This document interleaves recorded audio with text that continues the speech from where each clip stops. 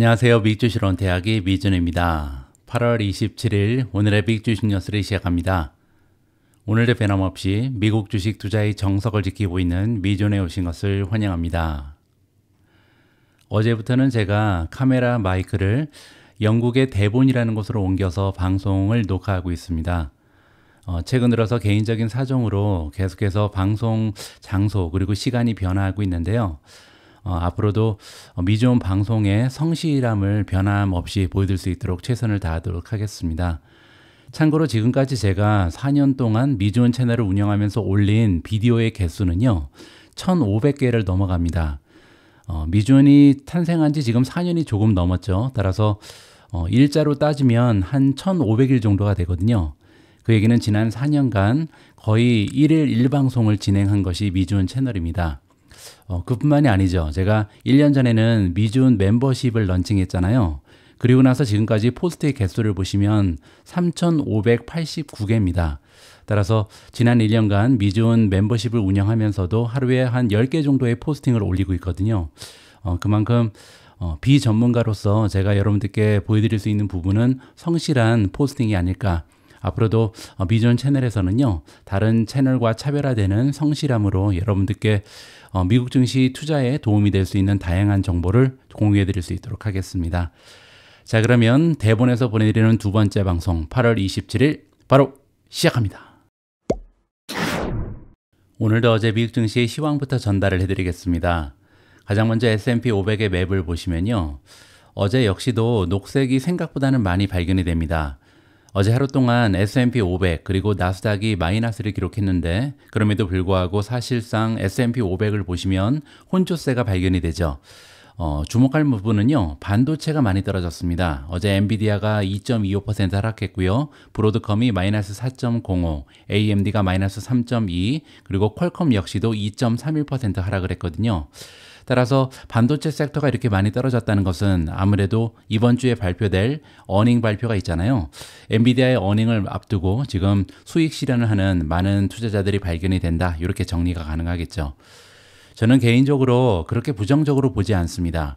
엔비디아를 비롯한 반도체 주가가 떨어진다는 것은요, 이번 어닝 발표 이후에 정당한 평가를 받을 가능성이 높아지고 있다. 이렇게 보고 있거든요.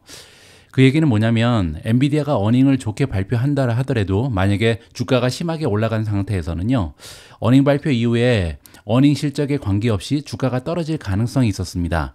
그런데 지금처럼 엔비디아 주가가 조금씩 떨어지는 상황에서는 아무래도 실적 발표가 좋았다면 정당한 대우를 받으면서 주가가 다시 상승할 수 있는 계기가 마련되는 것이 아닌가 개인적으로 판단을 하고 있습니다. 어제 마이크로소프트가 0.79% 떨어졌고요. 메타가 마이너스 1.30, 아마존이 0.87%, 그리고 테슬라가 3.23% 떨어지면서 아무래도 테크주 위주로 하락한 종목이 많기 때문에 시장의 지수들은 떨어질 수밖에 없었다. 이렇게 정리가 가능할 것 같습니다. 하지만 그럼에도 불구하고 저는 대세 상승장이라는 믿음에는 변함이 없는데요. 그 이유는 시장의 폭이 계속 확대되고 있기 때문입니다. 어제 방송에서도 잠깐 보여드린 것처럼 지금 현재 단기적인 추세가 좋은 종목이 무려 77.13%가 되고요. 장기적으로 추세가 좋은 종목 역시도 77.13% 같은 퍼센티지를 보여주고 있습니다. 이 얘기는요, 지금 S&P 500을 구성하는 500대 기업 중에 무려 77% 이상이 모멘텀이 굉장히 좋은 상태다. 모멘텀이 좋은 종목이 많은데 갑자기 베어마켓이 등장할 가능성은 굉장히 낮다. 개인적으로 판단하고 있습니다. 물론 미국 경제 그리고 미국 주식시장에 의외의 카탈리스트가 발견되는 경우에는 갑자기 추세가 바뀔 수도 있죠. 뭐 전쟁이 난다든지 아니면 굉장히 커다란 악재가 발생하게 되면요, 갑자기 분위기가 냉각될 가능성도 있습니다. 하지만 이러한 예외적인 경우 블랙스완이 없다면 앞으로도 꾸준한 상승을 기대할 수 있는 것이 주식시장이다. 저는 개인적으로 믿고 계속해서 투자를 진행한다. 이렇게 정리가 가능합니다. 오늘은요, 여기에 관련된 한 가지의 기사를 먼저 좀 읽어드릴 수 있도록 하겠습니다. 미국 증시의 상승을 예고하는 강력한 기술적 지표 하나가 있다. 이러한 내용이고요. 과연 어떠한 기술적 지표가 미국 증시의 상승을 예상하고 있는지 여기에 대한 이야기를 한번 들어보시죠.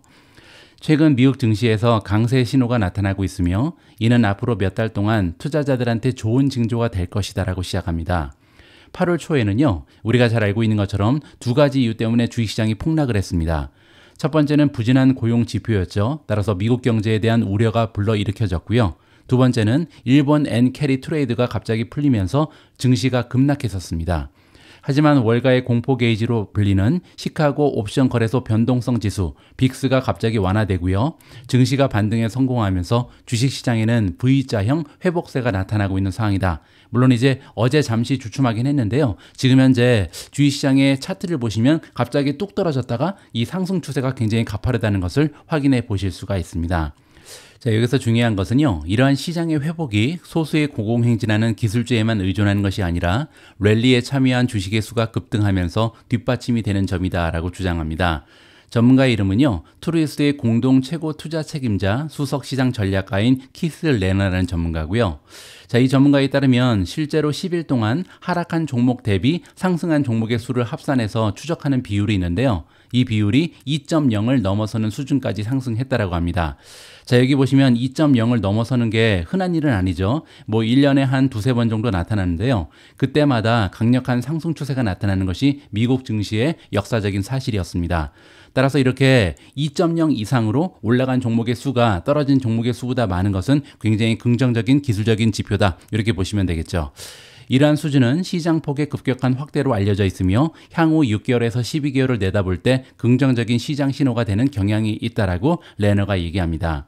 S&P 500 그리고 나스닥 종합지수는요, 지난주에 강력한 랠리 이후 월요일에 잠시 숨을 고르고 있습니다.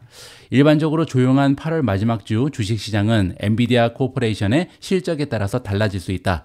따라서 8월 달은 원래 굉장히 조용한 달인데요. 이번 달에는 엔비디아 어닝이 너무나 굉장히 중요하기 때문에 엔비디아 어닝에 따라서 갑자기 변동성이 급격히 올라갈 가능성이 있다. 이렇게 예상이 가능하겠죠.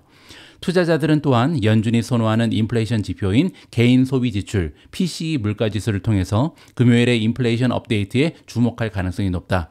자, 이번에 발표되는 PCE 물가 지수는 너무나 중요합니다. 왜냐면요, 9월 달에 FOMC 미팅이 끝나고 나서 시장에서는요, 금리가 인하될 가능성을 이미 주가에 반영을 하고 있죠. 따라서 이러한 믿음에 대한 확실한 증거가 하나 더 추가되기를 기대하고 있습니다. 만약에 PC 지수가 엉뚱한 방향으로 흘러가게 되면요, 다시 한번 미국 증시가 급격하게 냉각될 가능성도 배제는 할 수 없습니다. 자, 따라서 정리를 해보면요, 지금 현재 미국 증시의 상승을 예고하는 강력한 기술적 지표가 있다. 이 얘기는요, 미국 증시의 분위기는 너무나 좋다. 이렇게 보시면 됩니다. 모멘텀이 뛰어나다는 거죠. 앞에서 우리가 살펴본 것처럼 S&P 500을 구성하는 500대 기업 중에 50일 이평선 이상으로 주가가 형성된 종목이 77%를 넘어갑니다. 그리고 또한 10일 동안 주가가 하락한 종목 수 대비 상승한 종목의 수를 보면요, 2.0을 넘어가죠. 그리고 이러한 추세가 발견되면 보통은 6개월 동안 그리고 12개월 동안 상승장이 펼쳐지는 것이 미국 증시의 역사다. 이렇게 정리가 가능합니다. 따라서 별다른 커다란 악재가 발생하지 않는 한 미국 증시는 계속 달릴 수 있다. 이렇게 보시면 되겠죠. 자, 문제는요, 두 가지의 악재가 발생될 가능성이 있다는 겁니다. 첫 번째는 엔비디아의 실적이다. 따라서 굉장히 높은 엔비디아의 실적 기대치가 있는데 여기에 부응하는 실적이 발표돼야 되고요. 두 번째는 PC 물가 지수가 지금 시장에서 기대하는 것처럼 떨어지는 모습을 보여줘야 된다. 만약에 예상보다 높은 물가 지수가 발표되면 하나의 악재로 작용될 수 있다. 이렇게 정리가 가능할 것 같습니다. 다음에는 미준 탑픽의 성적을 살펴보도록 하겠습니다. 가장 위쪽을 보시면요, 제타 글로벌 홀딩즈가 어제 시장의 하락 추세를 이겨내면서 0.4% 추가적으로 상승을 했는데요. 이렇게 되면 한 달 동안 주가의 상승이 17.3%, 그리고 2024년 들어서는요, 무려 184.47% 상승했습니다. 그 얘기는요, 엔비디아보다도 오히려 상승 추세가 뛰어난 종목이 제타다. 이렇게 보시면 되겠죠. 두 번째로 구글이 어제 0.33% 상승을 했고요. 세 번째로 TNA가 0.2% 올라갔습니다. IWM, iShares Russell 2000 ETF가 0.03% 상승하면서 시장의 하락 추세를 이겨냈다. 이렇게 보시면 되겠죠. 다음으로 아이트론이 0.26% 소폭으로 하락을 했고요. 앱러빈 마이너스 0.34, 마이크로소프트 마이너스 0.79, 프로시어즈 울트라 비트코인이 마이너스 1.2, 타이완 세미컨덕터 TSMC가 마이너스 1.29, 메타 마이너스 1.30, 비트코인이 소폭으로 하락하면서 62,720에 가 있고요. 엔비디아가 마이너스 2.25%, 우버가 마이너스 2.27, 팔란티어 마이너스 2.93, AMD 마이너스 3.2, 테슬라 마이너스 3.23, 이멀전 마이너스 3.47, 브로드컴 마이너스 4.05, 마지막으로 슈퍼 마이크로 컴퓨터가 8.27% 하락하면서 가장 주가의 하락이 도드라졌다. 이렇게 정리가 가능합니다. 이 중에서 오늘은요, 이머전에 관련된 이야기를 좀 해드릴까 합니다. 왜냐면요, 최근 들어서 이머전 관련해서 주가가 왜 이렇게 떨어지는지 궁금해 하시는 분들이 굉장히 많거든요. 여기 보시면 좋아요가 무려 27분께서 지금 클릭을 하셨습니다. 그만큼 이머전의 주가가 굉장히 많이 떨어지고 있는데 왜 이렇게 떨어지냐 이렇게 생각하시는 분들이 많이 계신 거죠. 이유는 간단합니다. 주가가 떨어지고 있기 때문에 더 떨어지는 거죠. 제가 항상 말씀드리지만 모멘텀을 이겨낼 수 있는 주식은 없거든요. 현재 이머전의 테크니컬 어널리시스를 보시면 총 26가지의 모멘텀 지표 중에 12가지는 매도를 주장하고 있고요. 10가지는 중립, 그리고 4가지는 매수 의견을 던져주고 있습니다. 따라서 모멘텀이 굉장히 많이 떨어져 있는 종목이 지금 현재 이머전이라는 것을 살펴볼 수 있겠죠. 거기에다가 렐러티브 스트렝스 인덱스를 보시면요, 아직까지는 30 이하로 떨어지지도 않았습니다. 그 얘기는 과매도된 상태도 아니다. 따라서 추가적인 하락도 우리가 고려를 해야 된다, 이렇게 보실 수가 있겠죠. 참고로 저 같은 경우는요, 이머전 주식을 반 정도는 이미 매도를 했습니다. 그런데 아직까지는 들고 있는 주식이 있거든요. 여기 관련해서 멤버분들 중에 한 분께서 이머전이 현재 모멘텀이 이렇게 떨어졌음에도 불구하고 아직까지 완전히 매도하지 않은 이유가 궁금하다, 이렇게 질문을 해주셨는데요. 여기 관련해서 한 가지의 모습을 좀 공유를 해드리겠습니다. 이머전 페이지 오셔서 밸류에이션을 클릭하시면요, 이머전의 밸류에이션 그레이드가 A+를 보이고 있는데요. 그럴 만한 이유가 있습니다. 일단 PE 레이쇼를 보시면 향후 1년 동안 만들어낼 것으로 기대되는 어닝에 비해서, 순이익에 비해서 시가총액이 4배 정도만 올라가 있다. 따라서 PER이 4배밖에 되지 않는다는 거죠.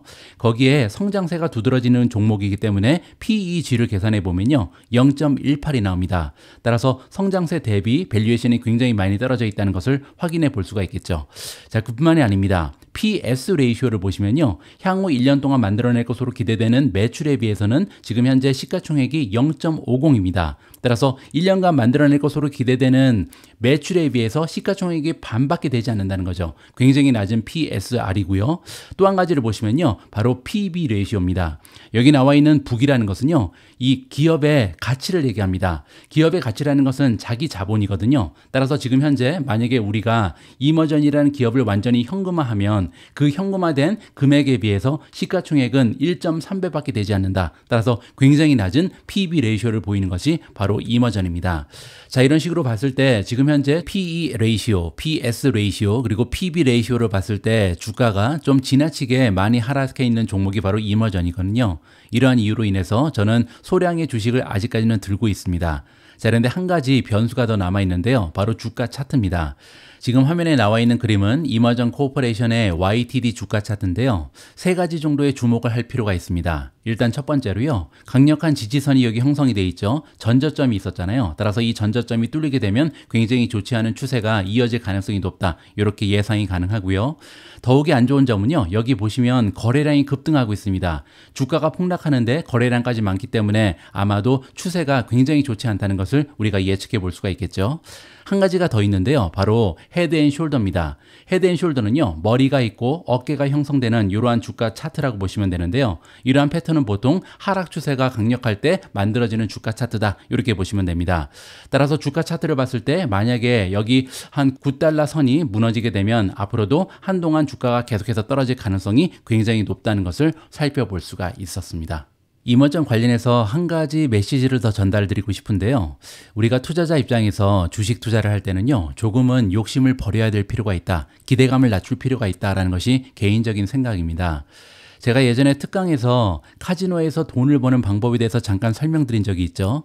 룰렛 게임은 기본적으로 50대 50의 확률을 가지고 있는데요. 0이라는 숫자가 들어가면서 카지노가 이길 확률이 조금 더 상승합니다. 따라서 우리가 투자를 할 때는요, 50% 이상으로 확률을 높이는 것이 중요하다, 이런 메시지를 전달드린 적이 있었죠. 그런데 투자를 하다 보면요, 내가 보유하고 있는 단 한 종목도 떨어지지 않기를 바라는 것이 사람의 욕심입니다. 하지만 이러한 욕심은요, 절대 채워질 수 없다는 점을 여러분들께 좀 강조드리고 싶습니다. 자, 지금 보고 계신 화면은요, 월가의 최고의 애널리스트들이 어느 정도의 성적을 거두고 있는지 지금 순위대로 쭉 나와 있는데요. 가장 위쪽을 보시면 마크 리파이스라는 에버코어 ISI의 애널리스트가 현재 1위를 차지하고 있습니다. 그런데 이 전문가의 석세스 레이트를 보시면요, 72%에 불과하죠. 따라서 10개 정도의 주식을 추천하면 7개는 맞아 떨어지고요, 3가지는 실패하는 것이 넘버 원의 실적이다, 이렇게 보시면 됩니다. 2위도 마찬가지죠. 마크 휴즈를 보시면 77%의 성공 확률. 세 번째, 3위를 차지하고 있는 티모시 아큐리 같은 경우도 73%의 성공 확률을 가지고 있고요. 4위는 릭 샤펀데 74%, 5위를 차지하고 있는 한스 모세만 같은 경우도 70%의 턱걸이를 하고 있습니다. 따라서 월가에서 가장 성공 확률이 높은 애널리스트 역시 70%를 넘기는 것이 굉장히 어렵다는 것을 우리가 살펴볼 수가 있는 거죠. 자, 거기에다가 에버리지 리턴을 보시면요. 이렇게 10가지의 추천 주식 중에 7가지만 맞아 떨어져도 연간 수익률은요. 25%에서 30%를 넘나드는 굉장히 좋은 수익을 기록할 수 있다는 것이 지금 증명이 되는 셈입니다. 자, 정리를 해보면요. 우리 투자자 입장에서 욕심을 좀 줄여야 된다. 이 얘기는요. 내가 선정하는 10개의 주식 중에 아마도 3개에서 4개, 많으면 5개까지 실패할 가능성이 있다는 것을 염두하면서 주식을 좀 분산 투자를 하셔라. 이러한 좀 메시지를 전달해 드리고 싶습니다. 제가 어제 간단한 설문조사 하나를 진행했습니다. 금리 인하와 최고의 투자 기회라는 제목을 가지고요. 4년 만에 첫 번째 금리 인하를 앞두고 미중과 함께 해주시는 패밀리 분들께서는 어떠한 투자 기회를 가장 긍정적으로 평가하고 계신지 여러분들의 소중한 의견을 한번 여쭤봤는데요. 결과가 나왔습니다. 첫 번째로 엔비디아를 비롯한 인공지능 수혜주의 상승에 기대를 걸고 계신 분들이 54%나 되고요. 두 번째로 소형주의 시대가 도래할 것이다 라고 보시는 분들이 14%, 리츠를 비롯한 배당주에 베팅을 하시는 분들이 10%고요. 네 번째, 금리 인하로 가격이 상승할 채권에 투자해야 된다라고 생각하시는 분들이 10%, 마지막으로 장기간 횡보했던 비트코인의 상승이 시작될 것이다. 12%의 투자자분들께서 베팅을 하고 계십니다. 저는 이 결과를 보고요. 우리의 투자 자금을 이런 식으로 분산 투자하는 것이 어떨까? 이런 아이디어가 생각이 났습니다. 가령 예를 들어서 우리가 가지고 있는 투자 자금의 54%는 엔비디아를 비롯한 인공지능 수혜주에 베팅을 하고요. 나머지 14%는 소형주, 10%는 배당주, 10%는 채권, 그리고 12%는 비트코인에 담으면 좋은 효과를 발휘할 수 있지 않을까? 이러한 생각을 나름대로 해봤습니다. 바로 앞에서 살펴본 설문조사의 결과에 따르면요. 지금 현재 미중과 함께 해주시는 구독자분들 중에 약 12%는 비트코인이 다가오는 미래에 가장 좋은 수익을 낼 수 있는 투자처다. 이러한 믿음을 가지고 계신 것 같습니다. 그래서 오늘은요. 오래간만에 비트코인 관련된 긍정적인 뉴스를 함께 읽어보도록 하겠습니다. 제롬 파월 연방준비제도 의장이 금리 인하를 시작할 때가 됐다라고 밝힌 금요일 비트코인에 직접 투자하는 상장 지수 펀드, 우리가 ETF라고 부르는 거죠. 이 ETF들의 2억 5,200만 달러의 자금이 순유입되었다고 합니다. 순유입이라는 것은요. 매도 물량과 매수 물량을 비교해 봤을 때 매수 물량이 매도에 비해서 무려 2억 5,200만 달러나 더 많았다. 이렇게 계산이 나오는 거죠. 이는 7월 23일 이후에 가장 높은 수준의 순유입액이고요.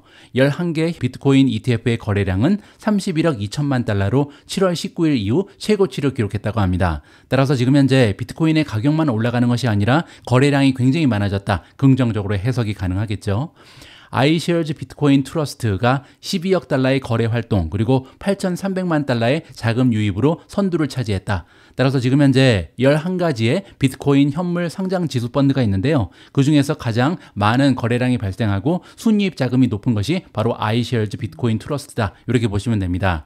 이 ETF의 티커 네임은 IBIT고요. 다음으로 피델리티 와이즈 오리진 비트코인 펀드가 6,400만 달러의 순유입을 기록했고요. 세 번째로 비트와이즈 비트코인 ETF는 4,200만 달러의 순유입을 기록했다. 이렇게 정리가 가능합니다. 참고로 미준 탑픽의 리스트를 보시면요. B2가 들어가 있습니다. 프로시얼즈 울트라 비트코인 ETF인데요. 제가 알기로는 아직까지 우리나라에서는 11개 ETF가 통용이 되지 않고 있죠. 따라서 한국에 계신 투자자분들께서는요. 이러한 11가지의 ETF를 사고 팔 수가 없습니다. 하지만 B2는 가능한데요. BITU는 일종의 파생 상품이기 때문에 계속해서 거래할 수 있다. 이 점을 기억하시면 좋을 것 같습니다. 계속해서 한번 읽어보시죠.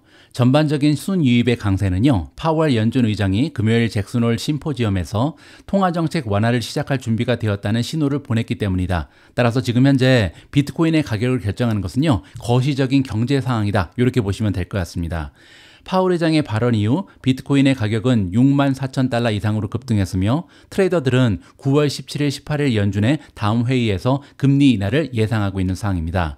금리가 낮아지게 되면요, 대출 비용이 저렴해지죠. 그렇게 되면 잠재적으로 위험 자산에 대한 수요가 증가할 수 있잖아요. 왜냐하면 레버리지를 써서 투자하는 사람들이 늘어나게 되겠죠. 그렇게 되면 비트코인 가격에 좋은 징조가 될 수 있다라고 정리가 가능합니다. 지금 현재 비트코인의 모멘텀을 한번 살펴보시죠. 26가지의 모멘텀 지표 중에 7가지는 아직까지 매도를 주장하고 있고요. 6가지는 중립, 13가지는 매수를 주장하고 있습니다. 그리고 밑으로 내려가서 차트를 잠깐 보시면요, 지금 현재 전고점에 걸려있는 상황이잖아요. 따라서 64,000을 돌파하면서 쭉 올라갈 수 있는가 굉장히 중요하고요. 64,000을 돌파하게 되면요, 다음에는 7만입니다. 7만이 전고점이었잖아요. 따라서 7만까지는 쭉 달릴 수 있는 기술적인 모양이 완성되고 있다, 이렇게 보시면 될 것 같습니다. 오늘 방송에서는 간만에 브로드컴 관련된 뉴스를 함께 읽어보도록 하겠습니다. 브로드컴이 히타치 벤타라와 협력해서 AI용 클라우드 솔루션을 출시한다는 반가운 소식입니다. 구체적인 내용을 한번 보시죠.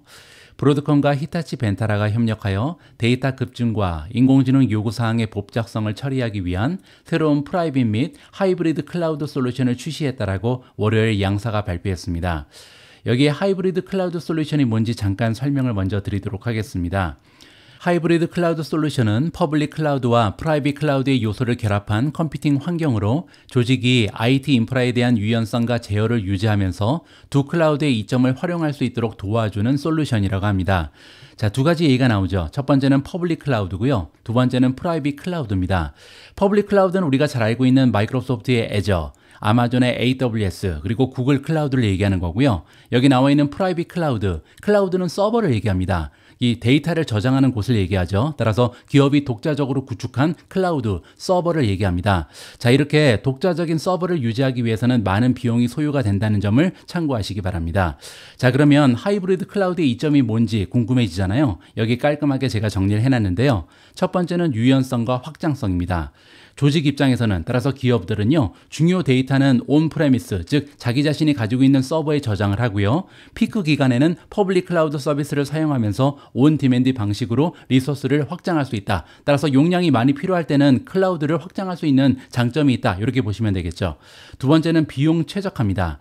기업은 덜 중요한 워크로드는 퍼블릭 클라우드 리소스를 활용함으로써 인프라 비용을 절감하고 지출을 최적화할 수 있는 장점이 있습니다. 세 번째는 보안 및 규정 준수 강화. 민감한 데이터는 프라이빗 인프라에 보관을 하고요, 덜 민감한 것은 퍼블릭 클라우드에 올리면 된다, 이렇게 보시면 되겠죠. 자, 마지막으로 비즈니스의 연속성인데요. 하이브리드 설정은 여러 환경에 걸쳐서 워크로드를 분산할 수 있잖아요. 따라서 다운타임 위험을 줄임으로써 복원력을 향상시킨다. 이 점은요, 얼마 전에 크라우드 스트라이크 때문에 마이크로소프트의 애저가 다운이 됐잖아요. 이러한 걱정에서 조금은 안전할 수 있다, 이렇게 보시면 됩니다. 자, 따라서 굉장히 기업 입장에서는 여러 가지 장점이 있는 것이 바로 하이브리드 클라우드 솔루션이다, 이렇게 보시면 됩니다. 자, 다음에는 이번에 브로드컴과 함께 파트너십을 구축하는 히타치 벤타라에 대해서 알아보도록 하겠습니다. 이 회사는요, 데이터 스토리지, 인프라, 하이브리드 클라우드 관리에 특화가 된 히타치의 자회사라고 합니다. 이 새로운 솔루션은 히타치 벤타라의 통합 컴퓨팅 플랫폼과 브로드컴의 VM웨어 클라우드 파운데이션을 결합한 것이다. 따라서 두 기업의 장점만 모아서 만든 새로운 상품이다, 이렇게 보시면 되겠죠. 더 많은 기업이 AI 시대의 현실에 직면하면서 비용이나 환경에 대한 부담 없이 데이터 안정성을 확보하고 개선하는 데 도움이 되는 솔루션을 적극적으로 추구하고 있다, 이렇게 히타치 벤타라의 최고 제품 책임자가 얘기하고 있고요. 히타치 벤타라와 브로드컴의 오랜 파트너십을 통해 이제 포괄적이고 미래를 대비한 프라이빗 및 하이브리드 클라우드 솔루션을 제공할 수 있게 됐다라고 브로드컴에서 VM웨어 클라우드 재단 부문 부사장을 맡고 있는 폴 터너가 얘기했습니다. 이 플랫폼은요, 앞에서 우리가 함께 공부한 것처럼 퍼블릭 클라우드와 프라이빗 클라우드를 혼용해놨죠. 따라서 서버 기반 가상화 스토리지, 이게 퍼블릭 클라우드고요. 그리고 외부 스토리지를 혼합하면서 비즈니스 및 미션 크리티컬 워크로드를 배포할 수 있는 유연성을 기업들에게 제공할 수 있다, 이렇게 정리가 가능하겠죠. 참고로 올 여름에 발표된 인터내셔널 데이터 코퍼레이션, 우리가 줄여서 IDC라고 부르는 기관이죠. 이 기관의 보고서에 따르면요, 2024년 1분기에 클라우드 배포를 위한 컴퓨팅 및 스토리지 인프라 제품에 대한 지출은요, 전년 대비 무려 37% 급등하고 있다고 합니다. IDC에서 전 세계 엔터프라이즈 인프라스트럭처 트래커 연구 책임자를 맡고 있는 후안 파블로 세미나라에 따르면요. 클라우드 인프라 지출의 증가는 서버뿐만 아니라 여기 나와 있는 서버는 퍼블릭 클라우드를 얘기하는 거고요. 엔터프라이즈 스토리지에도 긍정적인 영향을 미치기 시작했다고 합니다. 이 부분이 이제 브로드컴과 히타치 벤타라가 협력하면서 AI용 클라우드 솔루션을 출시한 이유다. 이렇게 보시면 되겠죠. 자, 밑으로 내려가서 잠깐 살펴보시면요. 브로드컴 같은 경우는 현재 퀀투 레이팅이 3.48입니다. 나머지는 다 괜찮은데요. 밸류에이션이 좀 높죠. B-를 받고 있고요. 자, 이렇게 밸류에이션이 낮은 점수를 받는 이유는 뭐냐면요. PE 레이쇼가 굉장히 높기 때문입니다. 83.46까지 올라가 있거든요. 참고로 브로드컴의 5년 평균 PER은 38.63에 불과했습니다. 따라서 과거에 비해서 2배 이상 밸류에이션이 올라가 있는 상태다. 이 점을 확인해 볼 수가 있겠죠. 참고로 지금 성장률이 굉장히 좋긴 한데요. 그럼에도 불구하고 PEG는 1.95로 다소 높은 편에 속한다. 이렇게 보시면 됩니다. 자, 밑으로 내려가서 성장성을 잠깐 체크해 보시죠. 매출의 성장세가 21.62%고요. 다가오는 1년 동안도 21% 이상의 성장을 계속해서 추구할 수 있는 것이 브로드컴이다. 이렇게 보시면 됩니다. 다음에는 모멘텀인데요. 26가지의 모멘텀 지표 중에 5가지는 매도를 주장하고 있고요. 10가지는 중립, 11가지는 매수를 주장한다. 따라서 굉장히 좋은 모멘텀이 아직까지는 지켜지자. 이렇게 보시면 되겠죠. 자, 마지막으로 1년 주가 차트를 잠깐 살펴보도록 하겠습니다. 일단 브로드컴의 주가는요. 2024년 들어서 한동안 박스권을 형성하면서 횡보했습니다. 그러다가 이제 박스권을 위로 뚫고 나가면서 많은 주가의 상승을 도모할 수 있었죠. 그리고 나서 지금 최근에는 한동안 하락 추세가 발견이 됩니다. 그리고 나서 다시 반등을 시도하고 있는데요. 한 가지 고무적인 부분은 뭐냐면 여기 보시면 삼각형이 뒤집혀 있잖아요. 따라서 헤드 숄더가 발견이 되는데 역 헤드 앤 숄더입니다. 따라서 기술적인 모습이 굉장히 긍정적이라는 것을 살펴볼 수가 있을 것 같습니다. 오늘 마지막으로 준비된 기사는 오래간만에 구글 관련된 뉴스를 함께 읽어보고자 합니다. 알파벳에는 구글 검색만 있는 것이 아니다. 다양한 비즈니스가 존재한다라는 긍정적인 이야기인데요. 어떤 내용인지 한번 살펴보시죠. 알파벳이 여러 부분으로 나뉜다면 그 가치는 얼마나 될까라는 질문으로 시작합니다. TD 코엔에 따르면요. 지금 가치보다 훨씬 더 많은 돈이 될 것이다 라고 긍정적으로 평가를 하고 있고요. 월요일 TD 코엔의 애널리스트 존 블랙리치는요. 알파벳의 각 사업부를 마치 회사에서 분리된 것처럼 각각 평가를 해봤다라고 합니다. 그 이유는 우리가 알고 있는 것처럼 진행 중인 법적 조치 때문이죠. 알파벳이 하나 이상의 사업을 분리하는 등 다양한 장기적인 구제책을 마련할 수 있는 기회가 지금 보이기 때문이다. 그 얘기는요. 투자자 입장에서는 많이 걱정이 된다는 거죠. 기업이 해체되면 어쩌지? 이러한 걱정이 있기 때문에 사업 부분 하나하나에 대한 가치를 평가할 수 있는 기회가 오히려 마련됐다. 이렇게 보시면 됩니다. 8월 초에 알파벳은요. 미국 정부를 상대로 제기한 반독점 소송에서 패소했습니다. 미국의 컬럼비아 특별구 지방법원의 아밋 메타 판사는요. 구글의 검색 엔진이 독과점이며 독점을 유지하기 위해 반경쟁적 행위를 했다라고 판결했습니다. 블룸버그와 뉴욕타임즈는요. 법무부가 판사에게 구글을 해체할 것을 요청할 것을 고려하고 있다. 이러한 보도 내용을 내보냈고요. 블랙리치의 중간 기준 모델에 따르면 알파벳의 모든 비즈니스를 합치면요. 총 가치는 무려 2조 9천억 달러에 이른다. 이렇게 주장을 하고 있습니다. 블랙리지에 따르면 알파벳의 검색 비즈니스는 1조 7천억 달러고요. 유튜브는 2,520억 달러, 구글 네트워크는 780억 달러, 구글 클라우드는 4,320억 달러, 구글 구독 플랫폼 기기는 1,580억 달러의 가치가 있다라고 설명합니다. 그렇게 되면요. 검색의 가치가 1조 7천억 달러로 가장 높고요. 나머지 비즈니스의 합은 1조 2천억 달러다. 이렇게 지금 구별을 할 수가 있는 거죠. 따라서 TD 코엔의 분석에 따르면요. 총 주식, 구글 주식의 적정 가치는 현재 주가는 164.74달러에 불과한데요. 이거보다 무려 50%가량 높은 주당 247달러의 가치가 있다. 이렇게 주장하고 있습니다. 247은 어떻게 나온 거냐면요. 여기 나와 있는 알파벳의 모든 비즈니스를 합치니까 가치가 2조 9천억 달러라고 얘기했잖아요. 2조 9천억 달러 나누기 지금 현재 발행되어 있는 주식의 개수로 나누면 적정 주가는 247이다. 이렇게 주장을 하고 있는 거죠. 물론 기업 해체가 실제로 이루어지려면 오랜 시간이 걸릴 것이다. TD코에는요, 판사가 2025년 2분기에 구제책에 대한 판결을 내릴 것으로 예상하고 있습니다. 알파벳도 항소를 할 것을 약속했기 때문에 최종 결과는 향후 몇 년 후에나 나올 가능성이 있다. 따라서 만약에 알파벳이 해체되더라도요, 이거는 최소한 2, 3년 이상 걸릴 일이다. 이렇게 보시면 될 것 같고요. 그리고 만약에 해체가 된다 하더라도 지금 현재 각각의 비즈니스가 적정 가치에 비해서 굉장히 저평가되어 있잖아요. 따라서 걱정할 일은 없다. 이렇게 긍정적으로 해석이 가능합니다. 지금 현재 주식의 펀더멘탈을 좀 보시면요, 구글 같은 경우는 퀀트 레이팅이 3.47에 머물러 있습니다. 그 이유는 밸류에이션이라고 나와 있죠. D를 받고 있는데요. 구글의 밸류에이션을 잠깐 보시죠. 먼저 구글의 PER을 포워드로 보시면요, 21.66입니다. 이 얘기는요, 앞으로 다가오는 1년 동안 구글이 만들 것으로 기대되는 순이익에 비해서 시가총액이 21.6배 올라가 있는 거죠. 자, 그런데 굉장히 고무적인 부분은 뭐냐면요, 구글 같은 경우는 과거 5년에 PER 평균이 25.8을 넘었습니다. 따라서 과거 평균에 비해서 16% 이상 지금 저평가되어 있다는 것을 여기서 살펴볼 수가 있겠죠. 물론 그 얘기는요, 지금 현재 알파벳 관련해서 굉장히 부정적인 뉴스가 많다, 걱정거리가 많다, 따라서 밸류에이션이 떨어져 있는 상황이다, 이렇게 보실 수가 있겠죠. 따라서 이러한 불안 요소가 해소가 될 수만 있다면 굉장히 큰 폭으로 밸류에이션이 상승할 여지가 있다, 역으로 해석이 가능합니다. 다음에는 성장성을 잠깐 볼 텐데요, 약간 걱정되는 부분이 있긴 합니다. 과거 1년 동안 매출의 성장은 13.38%에 불과했죠. 따라서 지금 현재 메가테크 기업들 중에 성장세가 가장 좀 떨어지는 편이다, 이렇게 보시면 되고요. 더욱이 향후 1년 동안은 매출의 성장 추세가 10.98까지 떨어질 것으로 예상이 나오고 있습니다.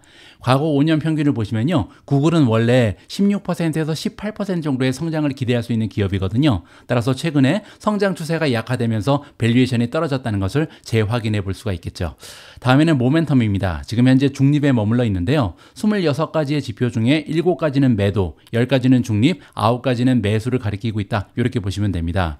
가장 밑쪽으로 내려와서 6개월 주가 차트를 보시면요, 일단 부정적인 부분은요, 헤드 앤 숄더가 보입니다. 머리가 여기 있고요, 그리고 어깨가 양쪽에 완성이 됐죠. 따라서 주가가 떨어질 수밖에 없는 굉장히 약세를 보였는데요, 한 가지 긍정적인 부분은 여기에서 2번 정도 반등에 성공을 했습니다. 따라서 단단한 정고점에서 지금 받치고 있다. 이 정고점을 지금 지지선으로 삼아서 다시 한번 상승 추세를 노리는 것이 구글의 차트다, 이렇게 마무리가 가능할 것 같습니다. 8월 27일 오늘의 빅 주식 뉴스는 여기까지입니다. 오늘 방송도 마지막까지 함께 해주신 분들께 감사의 말씀드립니다. 오늘 방송 여러분들 투자 활동에 작은함에 도움이 됐다면 여러분들의 소중한 좋아요 그리고 댓글도 부탁드리고요. 저는 내일도 여러분들 투자 활동에 도움이 될 수 있도록 최선을 다해서 방송 준비해서 찾아뵙겠습니다. 우리 모두가 미국 주식 투자로 은퇴하는 그날까지 다 함께 화이팅입니다. 행복한 하루 되세요. 감사합니다.